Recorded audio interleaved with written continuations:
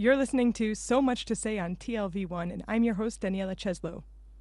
The Israeli operation in Gaza is the largest in 2 years, and it's aimed at eliminating the Hamas infrastructure in the coastal enclave. In the operation's first day, the army struck 150 targets in Gaza with airstrikes, killing 25 Palestinians. At least 160 rockets have been fired at Israel's heartland, hitting both Jerusalem and Tel Aviv. International human rights observers and Israeli critics say this is disproportional violence. Professor Eugene Kontorovich is an international law expert at Northwestern University. He joins me now on the line to talk about the human rights implications of Israel's operation in Gaza. Hi, Eugene. Hello. Thank you for joining us. The first thing I wanted to ask you was about this death toll, which already critics are saying is disproportionate. 25 on the Palestinian side in the first day, 0 in Israel. Would you say this accusation of excessive force is accurate? Absolutely not. First of all, one has to understand what the idea of proportionality in war means. There's no notion that the enemy's casualties have to be somewhat proportionate to yours. There's no notion that you have to not win too much. So, for example, in Iraq, the casualties of the coalition were far, far less, by no doubt less than a factor of 25, than the Iraqi casualties. Inflicting disproportionate casualties on your enemy relative to yours is not violating international law. That's simply fighting a successful war. When people say proportionate in international law of war, what they're referring to is that when you have an attack that may kill civilians, and indeed it is permissible under the laws of war to kill civilians as a collateral damage, the harm inflicted upon the civilians has to be proportional to the military advantage secured. Now, Israel is securing itself a very important military advantage, namely not having rockets falling on it all day. Mm-hmm. In relation to that, the death of 25 civilians, and we don't even know if these are all civilians, it seems many or most of them are Hamas members, but the death of some number of civilians would certainly not be disproportionate.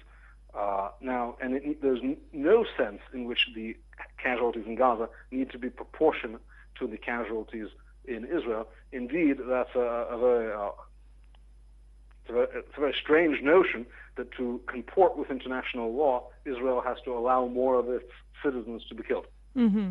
When you look at this operation, Eugene, compared to Operation Pillar of Defense 2 years ago, in Gaza, how do you see the comparison between the two? I think it's too early to tell. I think so far the operation has been very focused on very much pinpoint strikes against particular Hamas members and particular Hamas officials. But so far we will see how it progresses. Uh-huh. One area that Israel has come under some criticism for is this notion that they call families living in the buildings where they are targeting with airstrikes. And so in one case, there was a family that was called, but they reported that they only had a minute to leave the building where they were, an impossibly short amount of time, and there were several family members killed in that strike.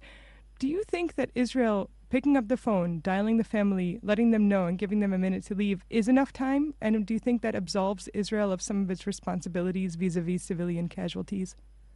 Again, this is not a notion which is entertained or applied in any other conflict in the world. The amount of time Israel is required to give civilians to evacuate the building before it strikes a legitimate military target in the building is 0 seconds. 0 seconds. There's absolutely no obligation to warn the enemy, potentially, of your attack. Indeed, of other countries that are Western countries engaged in hostilities, when the United States is fighting in Iraq, when Britain and other NATO countries are fighting in Afghanistan, they don't call people in a village that they're going to strike and tell them, you have a minute to get out. This is a uniquely Israeli practice because Israel tries to be even more humanitarian than international law requires. So, again, international law allows you to strike a military target. Even when doing so, will create collateral civilian casualties. There's no prohibition on civilian casualties so long as they are not the goal, but rather an unintended side effect. Even if they're a foreseeable side effect, it's okay. Okay. if it is proportional to the military advantage.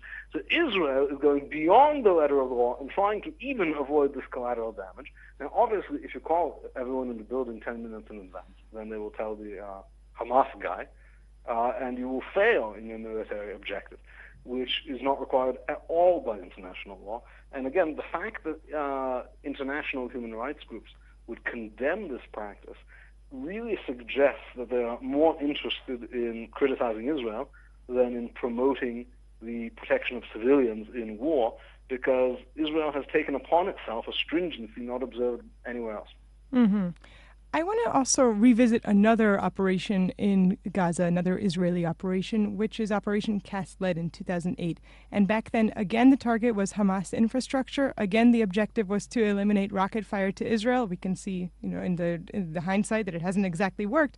But back then, the death toll was again disproportionate, more than 1,400 Palestinians compared to 13 Israelis. And that operation drew a lot of criticism and even accusations of war crimes. And I was wondering what we've learned from that. At the time, there was the Goldstone report that was later softened, accusing Israel of war crimes, and later Richard Goldstone backtracked and explained that nobody was deliberately attacking civilians, although they were killed.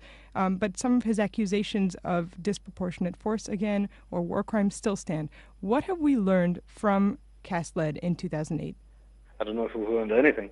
We have learned that Israel fights wars under a code of conduct not applied to any other country, under a level of scrutiny not applied to any other country. Again, you mentioned disproportionate casualties. I would never use that term because it suggests that there's some rule of international law that requires that the enemy casualties be kept proportional to one's own, which is, of course, against the general logic of warfare. When America and Britain and other Western countries are fighting wars, they don't say, "Oh, we have to stop killing Talibanis because we've exceeded the ratio to our own dead."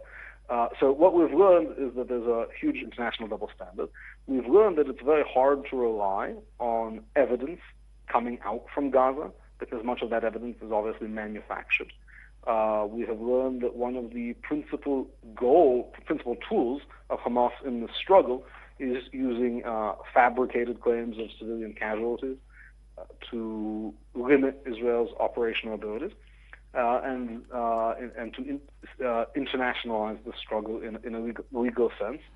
And those are constraints that we have to understand that Israel works under, and it can either ignore or not ignore, but it's very unlikely that these constraints will go away. Okay. I think yeah. We're unfortunately out of time. Professor Eugene Kontorovich, thank you so much for joining us here on So Much to Say.